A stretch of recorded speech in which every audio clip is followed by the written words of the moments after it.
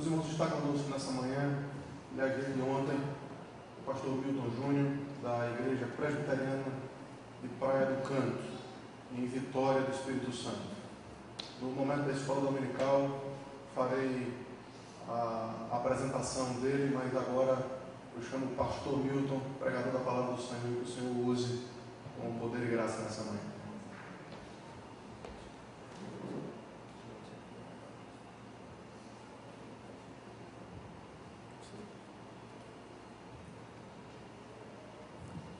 A graça e a paz do Senhor seja sobre todos nós nessa manhã. Vamos para a nossa instrução, irmãos, abrir a palavra de Deus no livro de Gálatas. Gálatas capítulo 5.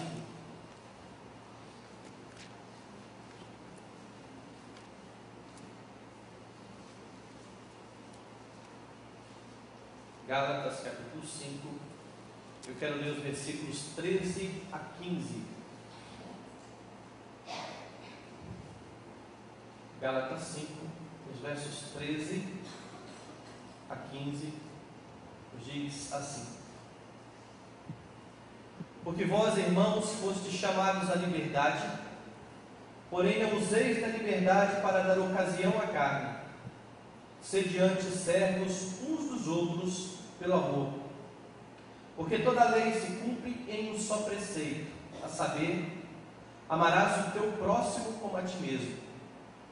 Se vós, porém, vos mordeis e devorais uns aos outros, vede que não sejais mutuamente destruídos. Vamos orar? Te exaltamos, Deus, nesta manhã, agradecidos porque, como igreja do Senhor, podemos prestar o culto que é te devido, louvar o teu nome e principalmente, Pai, ouvir a tua voz por meio da tua palavra. Que teu Espírito Santo, ó Deus, leve todo o nosso pensamento cativo ao pensamento de Cristo Jesus, e que a nossa atenção esteja plenamente voltada, ó Deus, à tua palavra. Que o Senhor venha nos instruir nessa manhã, que o Senhor venha tratar o nosso coração, que a palavra do Senhor, que é viva e eficaz, venha nos animar, nos consolar, nos exortar e nos corrigir para a tua própria glória. Molda-nos a cada dia, Deus, a imagem de Cristo Jesus, nosso Senhor, a fim de sermos testemunhas fiéis da graça maravilhosa e bendita do Senhor. Nós te damos graças em nome de Jesus. Amém. Amém. Os irmãos têm acompanhado as preleções do reverendo Samuel, que já tem falado do livro de Gálatas, então certamente estão familiarizados com o livro e com os pressupostos e com as intenções de Paulo ao escrever essa epístola. Quando Paulo escreve a epístola aos Gálatas, ele está preocupado, entre algumas coisas, com alguns irmãos que estavam se voltando aos rudimentos da lei, abraçando aquilo que ele chama de outro evangelho, como ele vai dizer lá no capítulo 1. O problema então ali naquela igreja era dos judaizantes, que queriam fazer com que aqueles que haviam recebido a Cristo Jesus pela fé voltassem então a observar alguns preceitos da lei. Mas isso não era novo. Se nós lembrarmos de Atos dos Apóstolos, vamos ver que o primeiro concílio da igreja se reúne justamente para tratar dessa questão. O problema dos judaizantes, que começavam a impor aos gentios que se convertiam a circuncisão e alguns ritos da lei de Moisés. E quando nós paramos para pensar, é muito fácil perceber que existem muitas pessoas que só conseguem pensar em termos de extremos. Ontem eu estava no Café com Fé falando com os irmãos justamente isso. Eu tive uma ovelha, na primeira igreja que eu pastoreei, um adolescente, que certa vez me perguntou se eu era contra ouvir música mundana, como ele dizia. E a primeira coisa que eu disse foi que não, necessariamente eu não era contra música mundana, como ele dizia. Aí, antes de eu terminar o que eu iria falar, que era uma música que não agrida a nossa fé, ele disse o seguinte: eu posso ouvir funk então, né, pastor? Ele estava doido para ouvir, na época estava na moda aqueles funks do Rio de Janeiro, mais do que estão nesse momento, e ele queria ouvir aqueles piores que tinha, com as letras mais vulgares possível. Ou seja, se pode, pode tudo. E ele já vai para o extremo do lado de lá. Paulo sabia muito bem dessa tendência do homem.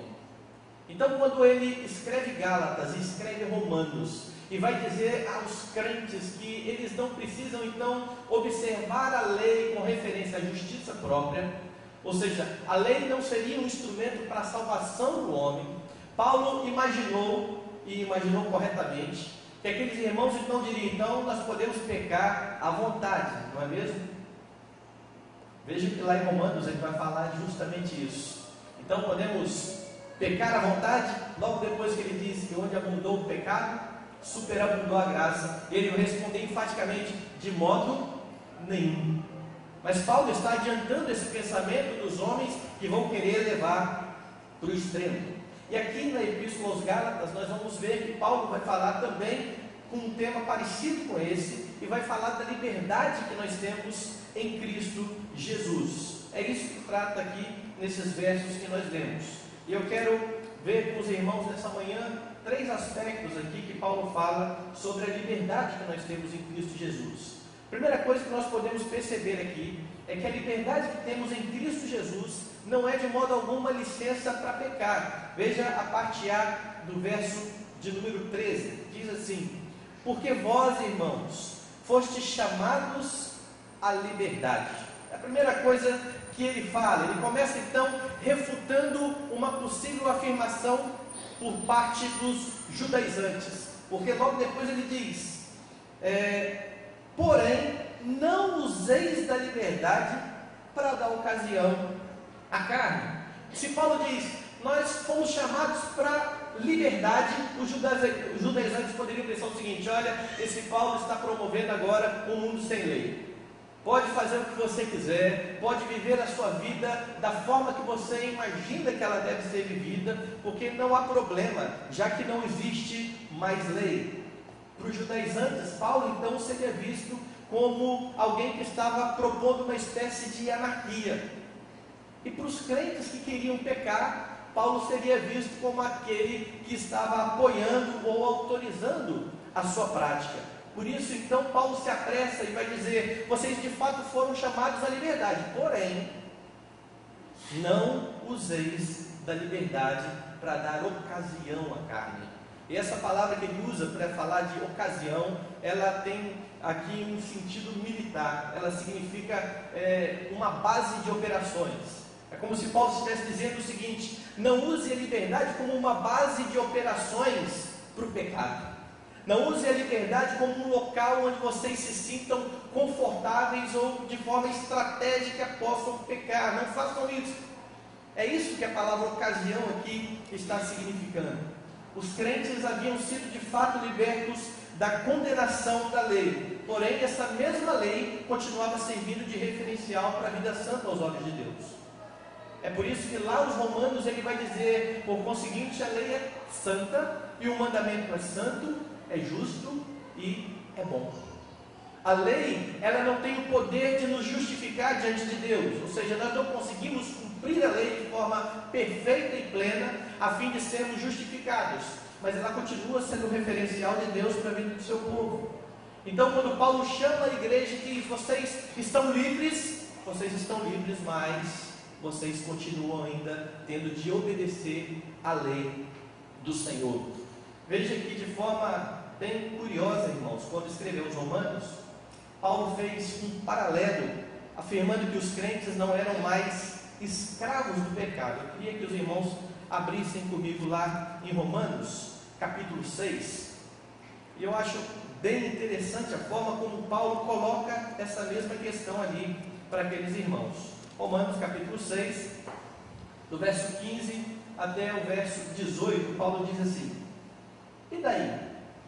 Haveremos de pecar porque não estamos debaixo da lei e sim da graça? Veja então que Paulo está dizendo a mesma coisa que ele está falando aos Gálatas. E daí? Haveremos de pecar porque temos liberdade? E ele diz: de modo nenhum. Não sabeis que daquele a quem vos ofereceis como servos para a obediência, desse mesmo a quem obedeceis sois servos, seja do pecado para a morte ou da obediência para a justiça? Mas graças a Deus, porque outrora escravos do pecado, Contudo viestes a obedecer de coração a forma de doutrina que fostes entregues, e uma vez libertados do pecado, fostes feitos servos da justiça. Paulo está dizendo agora, vocês de fato são livres. Vocês não são escravos do pecado, porém vocês são escravos da justiça. O que mudou não foi a condição de servidão. O que mudou foi o Senhor. Se antes os crentes serviam ao pecado como escravos, os crentes agora são libertos e agora devem servir ao Senhor. É por isso que ele usa aqui a mesma palavra. Outrora, escravos do pecado, mas agora escravos da justiça. Está traduzido como servo, parece que abranda um pouco, né? Mas a palavra é a mesma. Paulo está dizendo, vocês eram escravos do pecado e agora vocês são escravos da justiça.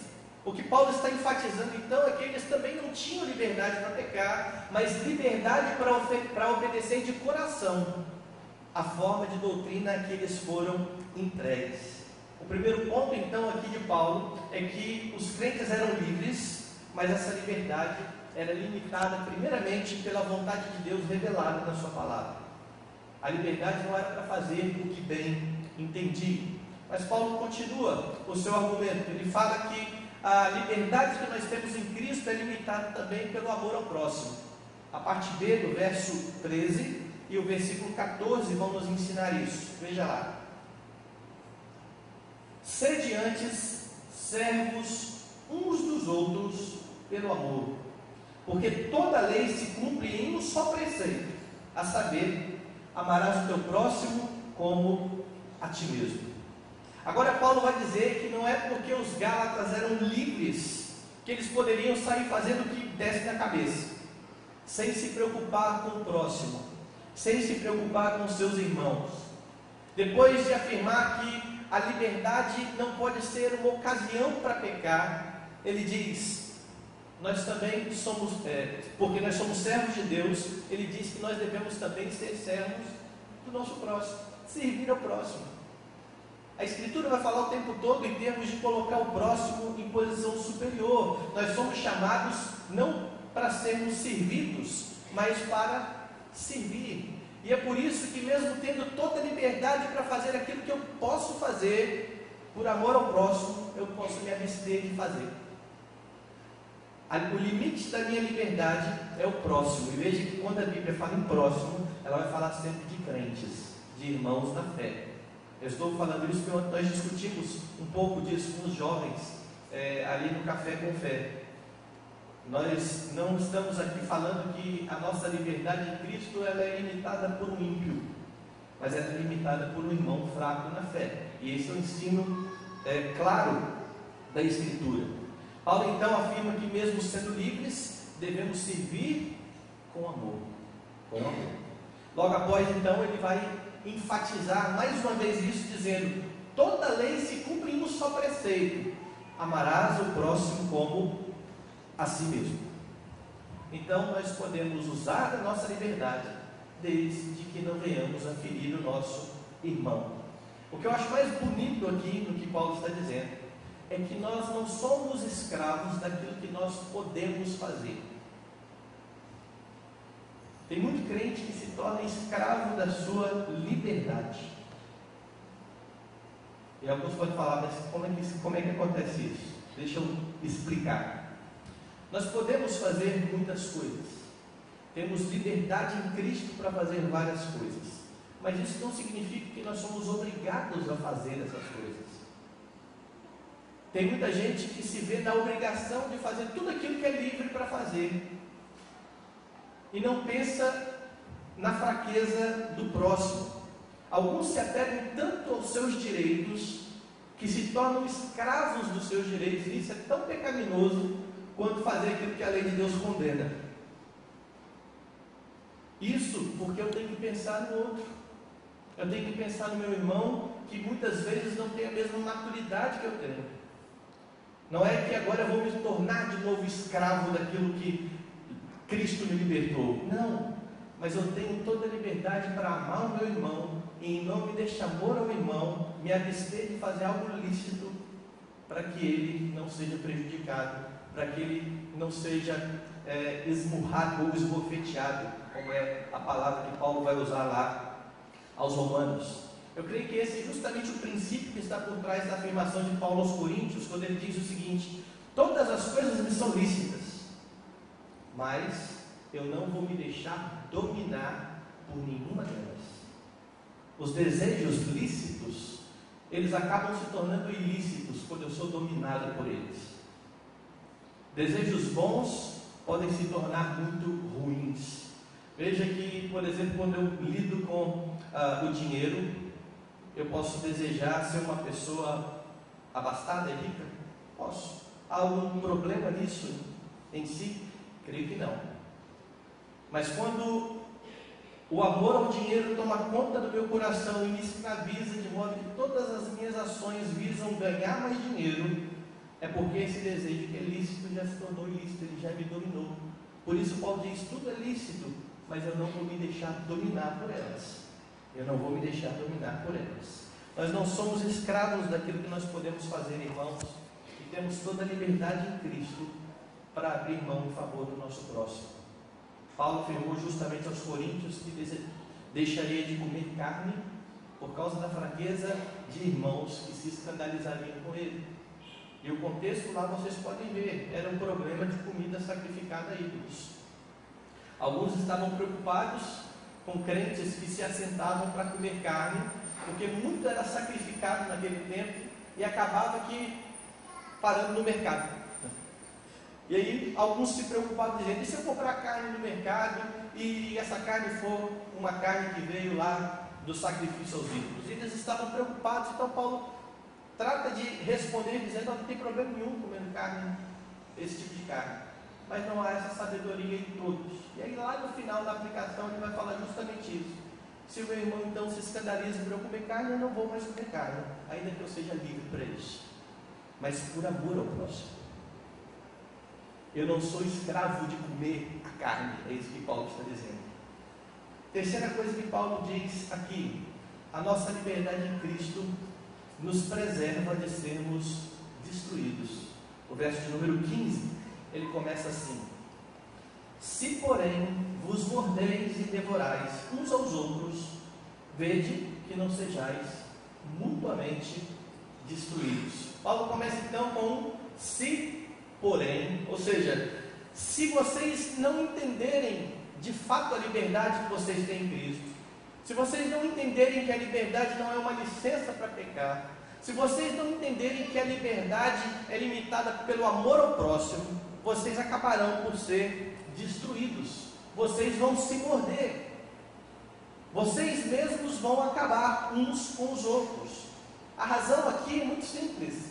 Quando cada um pensa em si, acaba entrando em conflito pelos seus direitos. Se cada um de nós for usar da nossa liberdade e achar que pode fazer o que bem entende, uma hora ou outra nós vamos acabar chocando e tendo conflito, porque eu vou lutar pelo meu direito e você vai lutar pelo seu direito.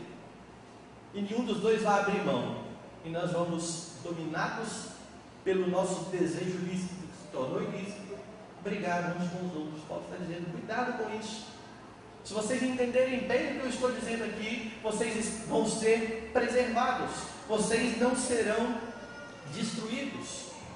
Está tudo ligado então ao que Paulo diz lá aos Coríntios.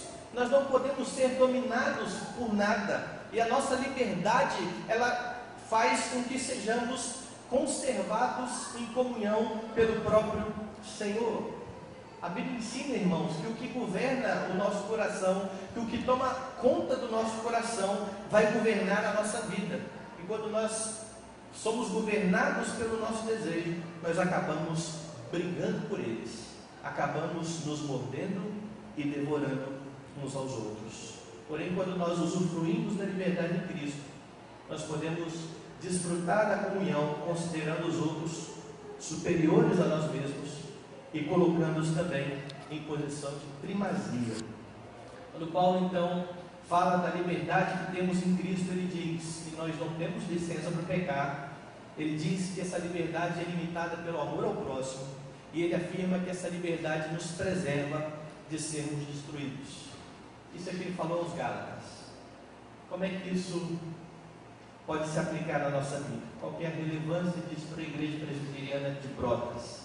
Qual que é a relevância disso para o cristão dos nossos dias? Primeira coisa que eu tenho que pensar aqui, irmãos, é que a nossa liberdade, como Paulo diz, não nos permite pecar. Tem muitos crentes nos nossos dias que, em nome da liberdade, estão se tornando mesmo licenciosos. Acham que pode fazer tudo porque já são libertos por Cristo Jesus e não tem que prestar contas a ninguém. E acabam dizendo isso: eu sou dono do meu nariz, Jesus já me libertou, não é você que vai me tolir de fazer o que eu quero fazer. Tem se esquecido de que nós não somos livres para fazer aquilo que é proibido pela palavra de Deus. Como eu disse, apesar de não sermos aqui mais condenados pela lei, nós não estamos mais debaixo da condenação da lei. Essa lei continua sendo o nosso padrão de fé e padrão de santidade. É o padrão da conduta, de uma conduta digna e agradável aos olhos de Deus. Ou seja, quando nós falamos em santificação, a santificação sempre vai passar pela guarda da lei e da palavra do Senhor. Sempre. Lembre-se que quando Jesus orou pelos seus discípulos, ele disse ao Pai, ele rogou ao Pai: santifica-os na verdade. A tua palavra é a verdade. Não existe santidade de vida sem observância dos preceitos da Escritura. Isso é impossível. A nossa luta diária, então, nessa mortificação da carne, deve ser por uma adequação aos padrões de Deus, ao invés de nos amoldarmos aquilo que esse mundo nos oferece.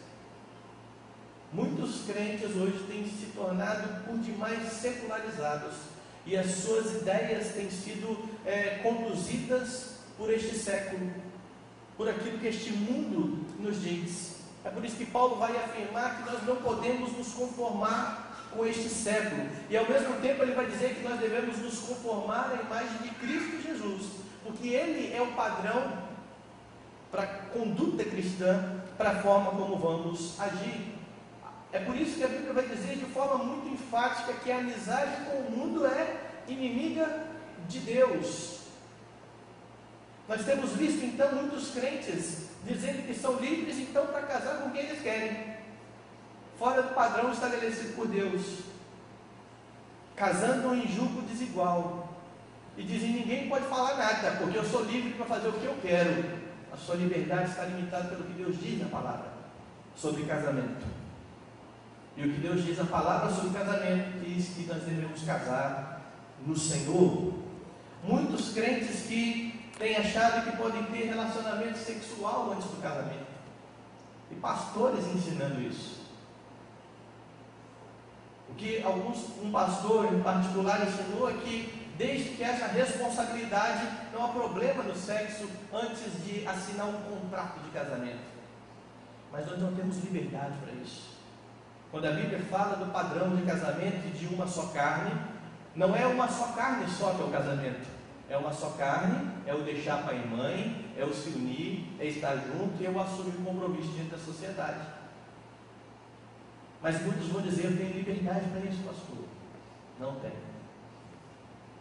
Muitos que têm criado os seus filhos segundo o padrão secular.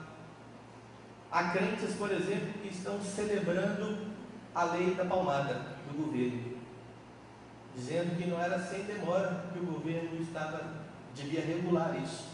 Ou seja, não podemos corrigir os nossos filhos da forma como a Bíblia nos manda. Nós não temos liberdade para abrir mão disso. Nós não podemos abrir mão de disciplinar os nossos filhos, porque essa é uma ordem da Escritura. Então, todas as vezes que nós deixamos de fazer aquilo que a Escritura nos ordena, nós acabamos pecando, mesmo que tenhamos liberdade, porque a nossa liberdade está limitada pela palavra. Pais que, ao invés de ensinar aos filhos uma vida santa segundo o padrão da lei, têm ensinado seus filhos a serem egoístas, porque têm se amoldado aos padrões de educação deste século. Tudo isso, irmãos, é pecado. Nós não temos liberdade para estas coisas. O segundo ponto que eu falei é que a nossa liberdade é também limitada pelo amor ao próximo. Há muitos crentes que, em nome dessa liberdade, querem fazer aquilo que foi condenado por Paulo, querem golpear a consciência do irmão mais fraco. Eles vão dizer o seguinte: se o irmão é mais fraco, o problema é dele, eu vou fazer o que eu quero. Deixa eu só dar um exemplo aqui com uma questão que nós falamos ontem. Eu deixei para falar hoje. Ontem nós tratamos da questão da bebida. Eu tenho toda a liberdade do mundo para falar isso, porque eu não bebo, apesar de não ver problema em si na bebida, porque a Bíblia não diz que há problema em si na bebida. A Bíblia condena a embriaguez. O crente tem liberdade? Eu creio que tem, em Cristo Jesus. O problema é quando eu me apego a isso e isso começa a me governar. Então, um exemplo muito claro aqui. Eu fui pastor de uma igreja onde alguns presbíteros bebiam. E aquilo me incomodava, não porque eles bebiam, mas porque eles não ensinavam sobre liberdade cristã. Eles simplesmente falavam o seguinte: eu tenho liberdade e eu vou beber. Quem se escandalizar é o problema dessa pessoa. Não, eu tive um problema certa vez onde eu fui numa pizzaria e um casal que estava comigo pediu uma cerveja. Eu deixei eles pedir cerveja e pedi como o de sempre, Coca-Cola, uma Coca-Cola. Aí já regalaram o olho: pastor, o senhor não bebe? Não. Mas porque o senhor não gosta, ou o pessoal acha que é pecado? Eu falei: porque eu não gosto. Então o senhor não acha que é pecado? Eu falei: talvez possa ser. Aí ele falou assim: em si a bebida não é pecado, mas se você estiver escandalizando alguém bebendo, isso é pecado. Não. Pronto, eu sou o pastor mais fundamentalista desse mundo, porque eu disse isso. Aí uma vez eu tratei disso com alguns presbíteros e disse justamente isso: vocês estão preocupados com a consciência daqueles que estão sob o seu pastoreio e que acham isso é pecado? Veja que eu não estou falando para ninguém deixar de fazer o que gosta, e não estou dizendo que ninguém aqui é livre. Eu estou dizendo que nós devemos nos preocupar com o irmão mais fraco na fé. Esse é o ensino de Paulo. Aí um presbítero falou: não é assim não. Não é assim não. Temos que ensinar. Ele está ensinando? Ou seja, nós queremos sempre fazer aquilo que é o nosso direito, mas sempre queremos nos abster daquilo que é a nossa obrigação. E isso nunca vai funcionar. Eu costumo dizer, quando eu falo para casais, que quando nós ouvimos as palavras e fazemos os votos de casamento, ou quando nós lemos o próprio ensino de Paulo sobre o casamento, nós esquecemos de atentar que Paulo nunca diz assim: maridos, cobrem submissão da sua esposa, esposas, cobrem amor dos seus maridos. Não é assim que Paulo fala. O que ele diz é: maridos, amai as vossas esposas, esposa, sede submissa aos vossos maridos. Ou seja, Paulo não se dirige a quem deve cobrar, mas a quem tem a obrigação. Via de regra, nós queremos nos abster da nossa obrigação, mas queremos que o outro cumpra dele. E é por isso que nós temos conflitos nos lares onde a esposa não é submissa, mas diz assim: a Bíblia diz que eu tenho que amar. Não é assim? Ou o marido que não ama a sua esposa, que maltrata a sua esposa, que não governa em favor da sua esposa, mas que diz: você tem que ser submissa. Não escuta, a Bíblia diz isso. E ficamos cobrando aquilo que é a obrigação do outro, mas não queremos fazer aquilo que é a nossa obrigação. Sendo que a liberdade que nós temos em Cristo passa pelo respeito que eu tenho pelo outro. Sempre vai ser assim, porque o padrão de Deus é que sejamos servos uns dos outros. Devemos considerar o próximo superior a nós mesmos, e em nome do amor podemos deixar de fazer aquilo que vai escandalizar. Isso não quer dizer que o ensino não deve ser feito, porque deixar o irmão da ignorância também é pecado. Às vezes as pessoas dizem: não, o irmão muito fraco nunca vai entender isso, eu vou fazer as coisas meio escondidas aqui e fico o resto da vida fazendo escondidas as coisas. Não, chame, abra as escrituras, expõe as escrituras e deixe que o Espírito fale pela escritura. O problema é que muitas vezes nós queremos fazer aquilo que podemos fazer mas o argumento não é da Escritura, é o argumento nosso, do grito. Eu posso, eu vou fazer, eu quero, e o problema é de quem não gosta. Cristo me libertou, não são vocês que vão me escravizar. Esse não é o padrão de Deus. Então a liberdade acaba sendo limitada pelo amor ao próximo. Devemos também considerar, irmãos, que a unidade da igreja deve ser preservada quando nós entendemos que temos liberdade. Se não está em nosso poder estabelecer a comunhão dos santos, isso só pode ser feito pelo Espírito Santo.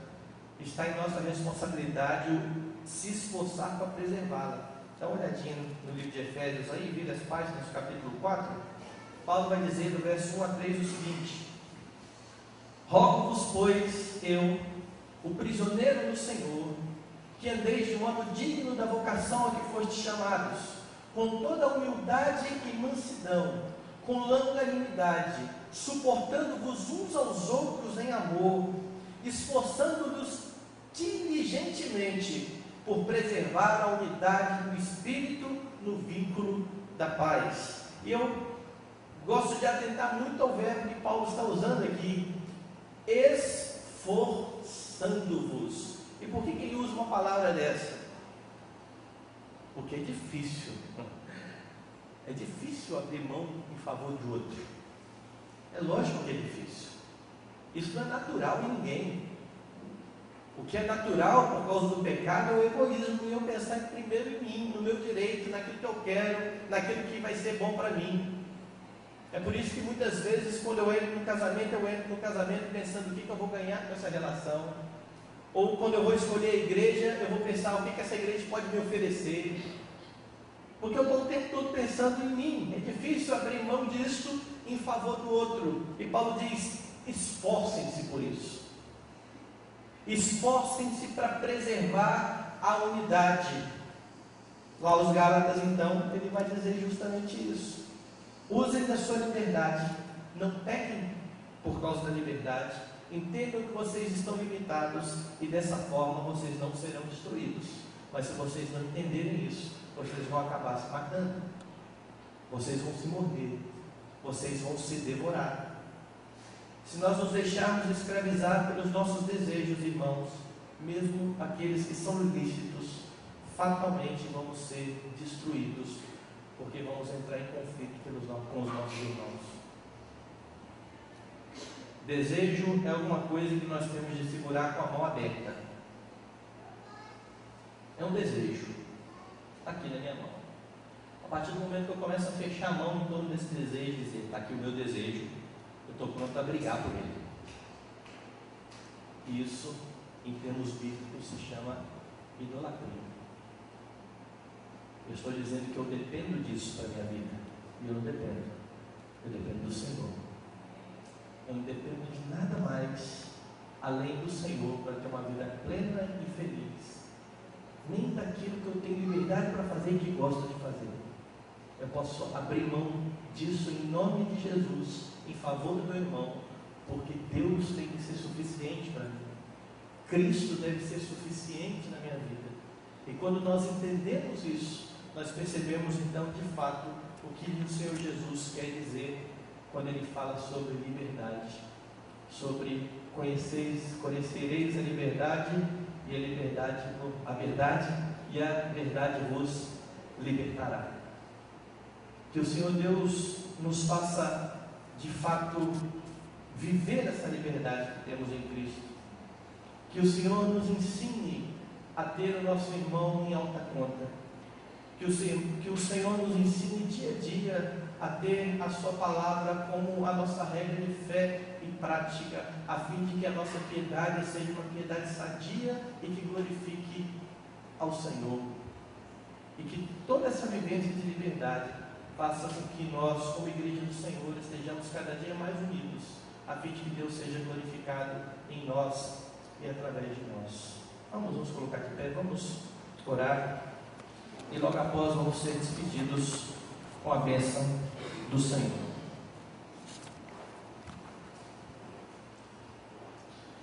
Senhor Deus, a palavra do Senhor por muitas vezes nos faz corar de vergonha, Pai, porque quer começar em mim, ó Deus. Como é difícil nos amoldar aos teus padrões. Como é difícil, Pai Santo, fazer aquilo que é a tua vontade. Mas louvado seja o Senhor, que o teu Espírito que habita em nós nos convence do nosso pecado, nos guia, Deus, pelo caminho do Senhor. E essa é a nossa oração nessa manhã. Sonda o nosso coração, vê se em nós algum caminho mau e guia-nos pelo caminho eterno, Pai. Ajuda-nos a usufruir da nossa liberdade, mas tendo em mente, ó Deus, que o Senhor deve ser glorificado em tudo aquilo que nós fazemos. Ajuda-nos a entender que devemos, em nome do amor ao nosso irmão, muitas vezes abrir mão daquilo que podemos fazer, mas ajuda-nos a ter discernimento e coragem para instruir o nosso irmão, para ser instrumento de edificação, ó Deus, na vida deles, a fim de que todos cheguemos à maturidade da fé em Cristo Jesus. E principalmente, ó Deus, que o Senhor, pelo teu Espírito, nos ajude a nos esforçar a fim de preservar a unidade cristã. Que de fato vivamos como servos uns dos outros, que de fato consideremos os outros superiores a nós mesmos para a tua glória e louvor. Ó Deus, ajuda a esta igreja, ao conceito desta igreja, no pastoreio desses irmãos, a conduzir, ó Deus, cada uma das ovelhas deste rebanho que o Senhor nos confiou aos pés da cruz de Jesus Cristo, e que o Senhor venha nos conformar com a imagem do Filho a cada dia, para a glória e louvor do teu santo nome. É a nossa oração, em nome de Jesus. Amém. E que a graça do Senhor e Salvador Cristo Jesus, o amor de Deus, nosso Pai, a comunhão e as consolações do Espírito do Senhor repousam sobre vós, sobre todos aqueles que amam o Senhor em toda a face da terra, hoje e para todo sempre. Amém.